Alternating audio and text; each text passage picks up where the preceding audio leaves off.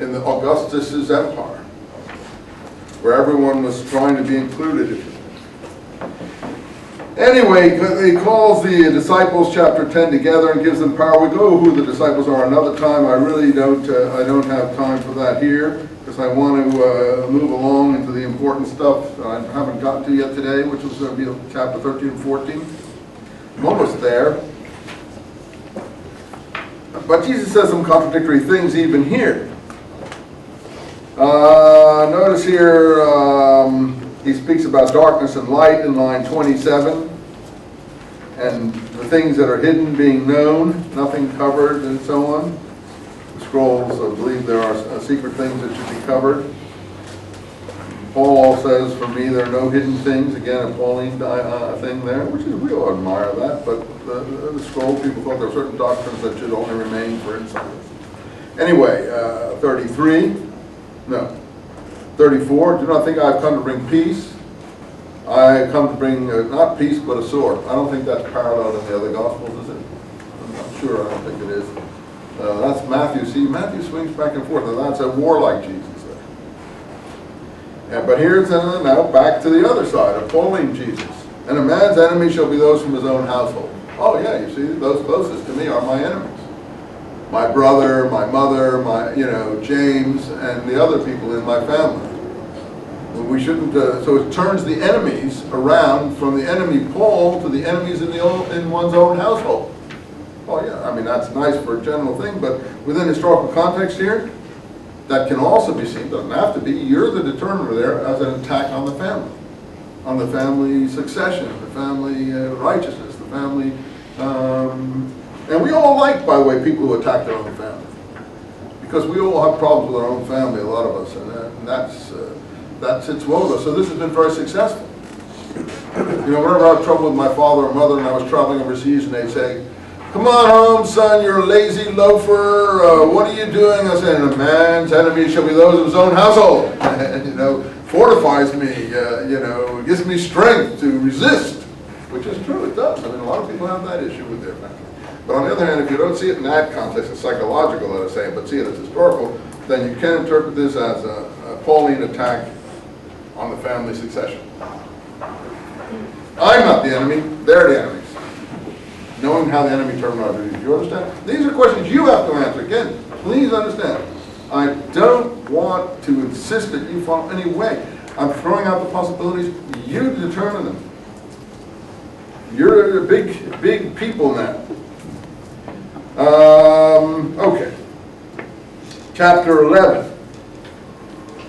And it's about John again. Tell John, get moving. Line 4. The blind receive sight, the lame walk, the lepers are cleansed, the deaf hear, the dead are raised, the poor of the gospel preached to them. I don't know if that was what was supposed to be the messianic program of this period. This is more, again, Mediterranean, Hellenistic. If you ever read Apuleius, the Golden Ass, people transform themselves into gods and asses and all kinds of weird things in the Mediterranean are going on in the literature.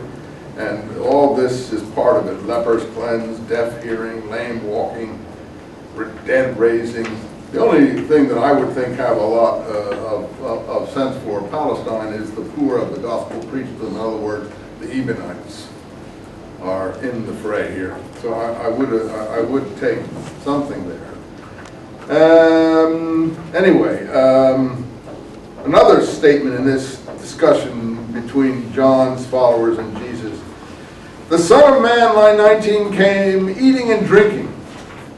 And they say, look, a gluttonous man, a winebibber, a friend of tax collectors and sinners. You were supposed to be a friend of who? According to the letter of James. Abraham was reckoned a friend of God. Now, there were other people who were friends of the Roman emperor, and here he's a friend of tax collectors and sinners. No, not in Palestine. In Palestine, it's nice, I'm glad. Do you want to be a friend of tax collectors and sinners? You can be that way. I personally am not a friend of tax collectors and sinners, knowing that tax collectors are I don't even like tax collectors in America, frankly. But knowing the tax collectors are the representation of the Herodian power and Roman Empire, no, I'm not a friend of them. And honestly, sinners don't excite me too much.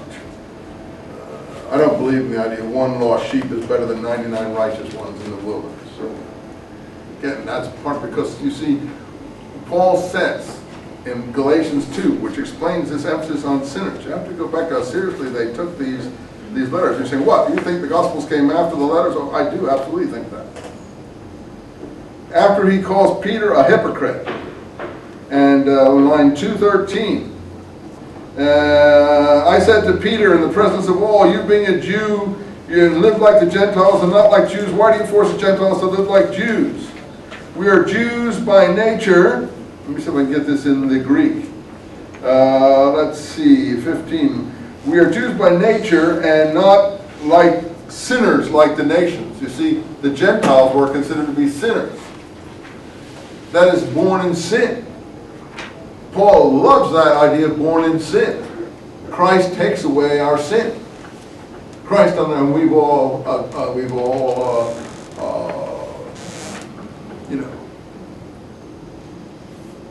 been excited by that theology. But you see, it didn't go down in Palestine. Why? Because the Jews didn't consider themselves born in sin. That's a totally overseas, Hellenized view of what was going on in Palestine, as if sex was sinful and you were born in sin and this sex act is dirty and all that sort of stuff. No. The Jews can, I'm not saying the Jews are superior. Anyone can come into the covenant, just do what the covenant says. That's fine. Be a God-fearer, be part of it. But the Jews saw themselves as born under the covenant. Sex wasn't dirty or not dirty, nothing to do with sex. It's born under the covenant. Therefore, you weren't, automatically involved in what people did who were not under the covenant. So this idea of born in sin is directed by Paul to this. He says, Gentile or nations sinners. Sinners was a kind of it's not nice. I will grant you that.